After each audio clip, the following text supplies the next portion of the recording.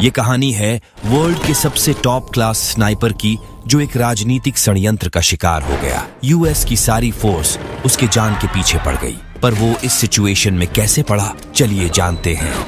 कहानी शुरू होती है सार्जेंट बॉब ली स्वैगर और उनके पार्टनर डॉनी से, जो इथोपिया के एक माउंटेन पर घात लगाकर दुश्मनों के आने का इंतजार कर रहे थे। यहाँ डॉनी अपनी खूबसूरत वाइफ को याद कर बताता है कि वो अगले महीने नर्सिंग स्कूल जाने वाली है। इतने में इथोपिया में बने उनके यूएस मिलिट्री बेस कैंप से खबर मिलती है कि दुश्मनों की गाड़ियां जल्द ही उनके साइड से जाने वाली है। अगले ही पल डॉनी हवा की स्पीड, टारगेट की दूरी वगैरह बताता है, जिसे ध्यान में रख स्वैगर उन 2 आतंकियों को हेडशॉट मारकर ढेर कर देता है। अचानक उस रास्ते पर और भी बहुत सारे आतंकियों की गाड़ियां धमकती है, जिसके बारे में उसके डिपार्टमेंट के ऑफिसर्स को भी जानकारी नहीं थी। वो तुरंत अपने सारे सोल्जर्स को वहां से वापस बुलाकर डॉनी और स्वैगर को वहां मरने के लिए छोड़ देते हैं। दरअसल जो काम वो उनसे करवा रहे थे वो सरासर इल्लीगल था, जबकि डॉनी और स्वैगर समझ रहे थे कि वो ये अपने देश की शांति के लिए कर रहे हैं। उधर आतंकी अपने साथियों की लाश देख चारों तरफ अंधाधुंध बमबारी कर रहे थे,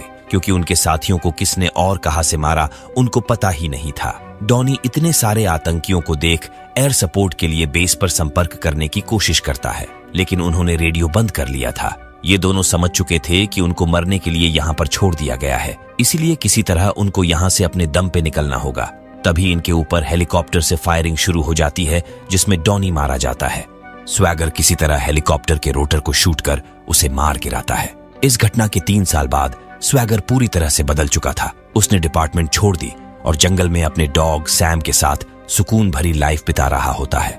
दूसरी ओर कर्नल आइजक जॉनसन अपने एक खुफिया मिशन के लिए एक शूटर तलाश रहे थे, जिसमें स्वैगर का नाम सबसे ऊपर था। जैक और डॉबलर बताते हैं कि उसका लास्ट असाइनमेंट अच्छा नहीं गया। उसके एजेंसी ने उसे मरने के लिए छोड़ दिया था। उसके ऊपर 100 आतंकवादियों ने एयर सपोर्ट के साथ हमला किया। जानकारी के मुताबिक स्वैगर ने 75 आतंकियों को मार गिराया। बाकी डरकर भाग गए और वो वहां से बच निकला। कर्नल को ऐसा ही बंदा चाहिए था, जो गुस्से तो सीधा फांट कर निकले। उधर स्वैगर सैम के साथ घर पर ही बैठा था। तभी कर्नल अपनी पलटन के साथ वहां पहुंचते हैं। स्वैगर बिना उनसे कुछ बात किए ही उनके किसी भी काम को करने से मना कर देता है। उसे मजबूर करने के लिए जैक उसके डॉग सैम को गोली मारने के फिराक में था। स्वैगर उसकी मनसा भांप चुका था और वार्निंग देता है कि अगर मेरे डॉग को शूट करने की गलती से भी गलती की तो यही पटक के चोट दूंगा। कर्नल को पता था कि वो कैसे मानेगा। वो अपना बहादुरी का मेडल उसे दिखाते हैं, जो कि उनको जंग में कुछ सोल्जर्स को बचाने के लिए मिला था। स्वैगर भी देशभक्त था और देशभक्तों की कद्र करता था, इसलिए कर्नल की बात सुनने के लिए राजी हो गया। कर्नल बताते हैं कि राष्ट्रपति की हत्या होने वाली है। आज से 2 हफ्ते बाद वो बाल्टीमोर, फिलाडेल्फिया और वॉशिंगटन डीसी में लोगों के बीच भाषण देने वाले हैं। खुफिया सूत्रों के मुताबिक एक शूटर उनको मारने वाला है। उनके इर्द गिर्द 880 यार्ड के चारों तरफ स्टैंडर्ड सिक्योरिटी का दायरा है, जिसमें चिड़िया भी पर नहीं मार सकती।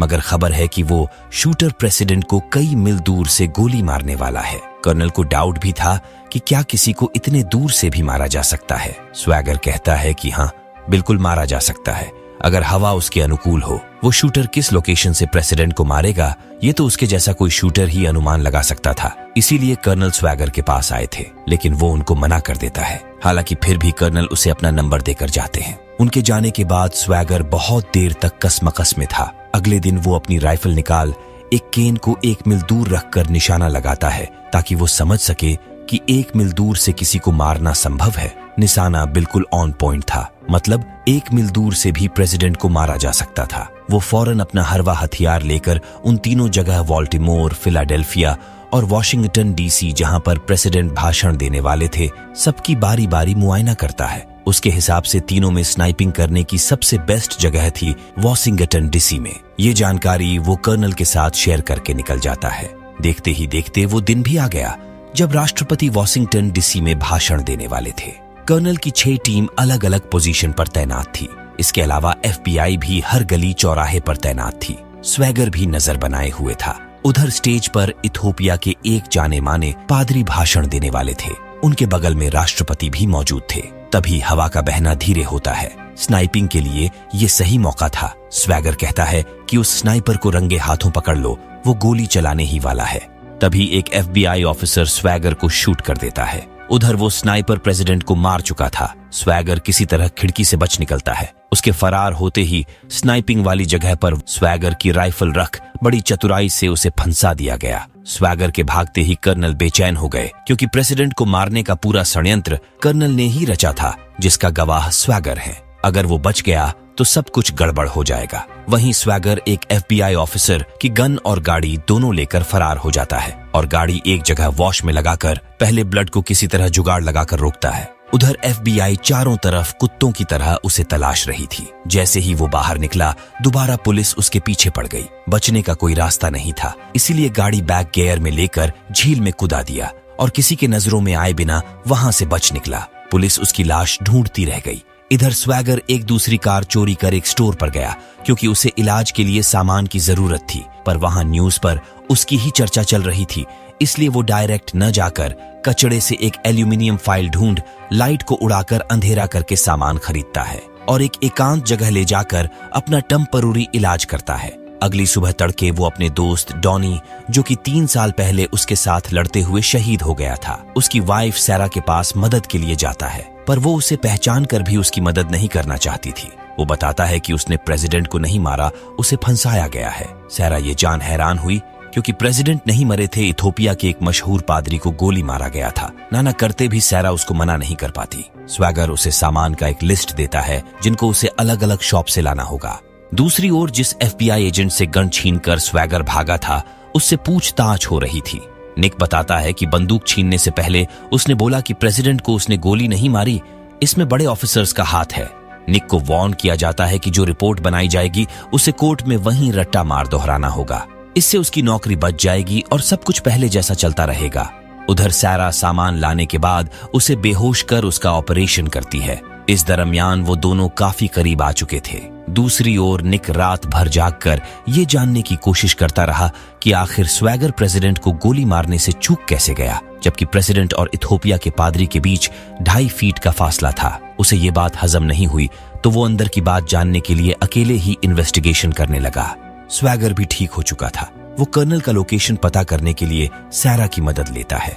जब कर्नल से पहली मीटिंग हुई थी, तो कार का हैवी इंजन देखने के बहाने उसने व्हीकल नंबर की फोटो खींच लिया था। वहीं व्हीकल नंबर वो सैरा के हाथों निक के पास भिजवाता है। उसे व्हीकल नंबर देकर बताती है कि इसी ने इथोपियन पादरी के मर्डर की साजिश रची है, और वहां से फटाफट निकल जाती है। तब तक स्वैगर को FBI वाले पहचान कर उस पर हमला कर देते हैं। हालांकि वो कुछ सेकंड में ही उनको निपटाकर वहां से निकल जाता है। जबकि निक ऑफिस पहुंचते ही व्हीकल नंबर चेक करता है, पर उसे ज्यादा कुछ जानकारी नहीं मिलती, इसीलिए वो अपनी साथी एजेंट गलिंदो की मदद लेता है। गलिंदो उसे वार्न करती है कि सबको पता चल गया है कि प्रेसिडेंट वाले केस की खुफिया तरीके से वो जानकारी जुटा रहा है। अगर ऐसा ही चलता रहा तो वो मुश्किल में पड़ सकता है।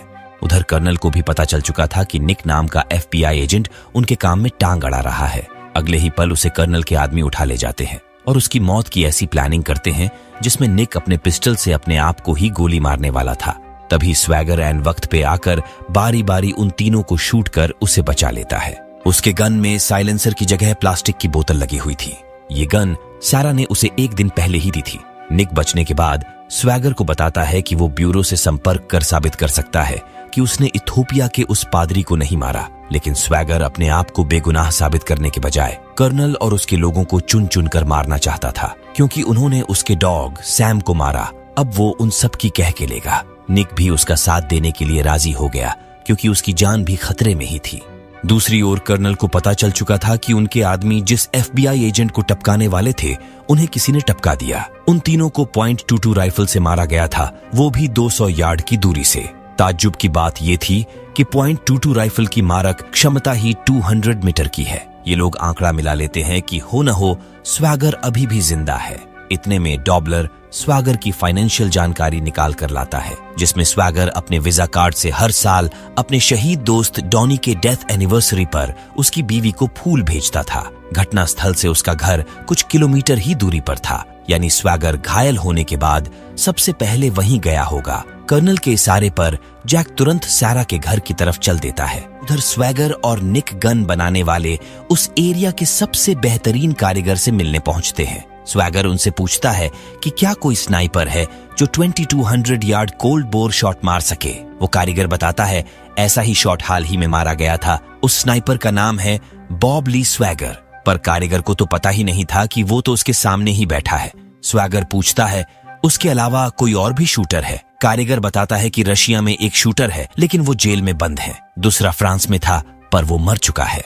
एक तीसरा भी है जो बहुत ही खूंखार था, एक की जगह 4 को मारता था, इसीलिए उसके बहुत सारे दुश्मन बने और उसका ठिकाना ढूंढ निकाला और हमला किए, जिसमें वो बच तो गया पर अपाहिज हो गया। तभी स्वैगर को याद आता है कि वो शूटर तो पूरे टाइम कर्नल के साथ में ही था। यहाँ स्वैगर कंफर्म था कि उसी अपाहिज शूटर ने इथोपिया के पादरी को मारा है। अगर वो हाथ लग गया तो उस कत्ल के पीछे की वजह भी पता चल जाएगी। यहाँ से निकल निक उस शूटर माइकल सैंडोर की जानकारी गलिंडो से निकलवाता है। दूसरी ओर कर्नल सेनेटर को बताते हैं कि स्वैगर अभी भी जिंदा है। दरअसल कर्नल सेनेटर का ही प्यादा था। ये सब कुछ सेनेटर के इशारे पर ही हो रहा था। वहीं कर्नल को आभास हो गया था कि स्वैगर उनके गिरेबान तक पहुंचने के लिए उस शूटर को ढूंढ रहा होगा, इसीलिए उसे फंसाने के लिए माइकल को वो चारे की तरह इस्तेमाल करने वाले थे। दूसरी ओर सैरा सोने के लिए कपड़े वगैरह चेंज कर रही थी। तभी घर में किसी के होने की आहट आती है। अगले ही पल वो शॉटगन से एक को शूट कर देती है, पर जैक उसे धर दबोचता है। उधर एजेंट गलिंडो को माइकल की लोकेशन मिल गई थी, वो वर्जीनिया में था। ये दोनों एजेंट गलिंडो के बताए गए लोकेशन पर पहुंचते हैं। स्वैगर इस जगह को देख भांप लेता है कि ये ट्रैप हो सकता है, फिर भी हमला करने के लिए पूरी तैयारी करने लगता है और हार्डवेयर से बम वगैरह बनाने का सारा मटेरियल खरीदकर एक सुनसान जगह पर सारे बम को तैयार कर लेता है। यहीं पर वो निक को स्नाइपिंग की ट्रेनिंग भी देता है। उधर जैक स्वैगर की लोकेशन जानने के लिए सैरा को बुरी तरह से टॉर्चर कर रहा था। इधर ये दोनों उस स्नाइपर माइकल को पकड़ने के लिए धावा बोल चुके थे। स्वैगर बोतल बम को उस एरिया में बिछाते चल रहा था, जबकि निक दूर से दुश्मनों की लोकेशन बता रहा था। तभी स्वैगर को वो लंगड़ा स्नाइपर माइकल भी दिखा। वो एक एक को मारकर उस तक पहुंच गया। उसका पहला सवाल था, कर्नल जॉनसन का असली नाम क्या है और वो किसके लिए काम करता है, और इथोपिया के उस पादरी को मारने में उसका क्या फायदा था। माइकल बताता है कि जॉनसन एक्स आर्मी ऑफिसर है, वो आर्मी में कर्नल के पद पर था। रिटायरमेंट के बाद वो सेनेटर के लिए काम करने लगा। इथोपिया में सेनेटर के ऑयल पाइप का काम चल रहा था, लेकिन गांव वाले अपने घर, जमीन वगैरह खाली नहीं करना चाहते थे, इसलिए पूरे गांव के 400 लोगों को मारकर दफना दिया गया। स्वैगर भी तो इथोपिया में उस मिशन पर था। वो उन्हीं लोगों को मार रहा था जो अपने गांव की जगह ऑयल पाइप बिछाने से बगावत कर रहे थे।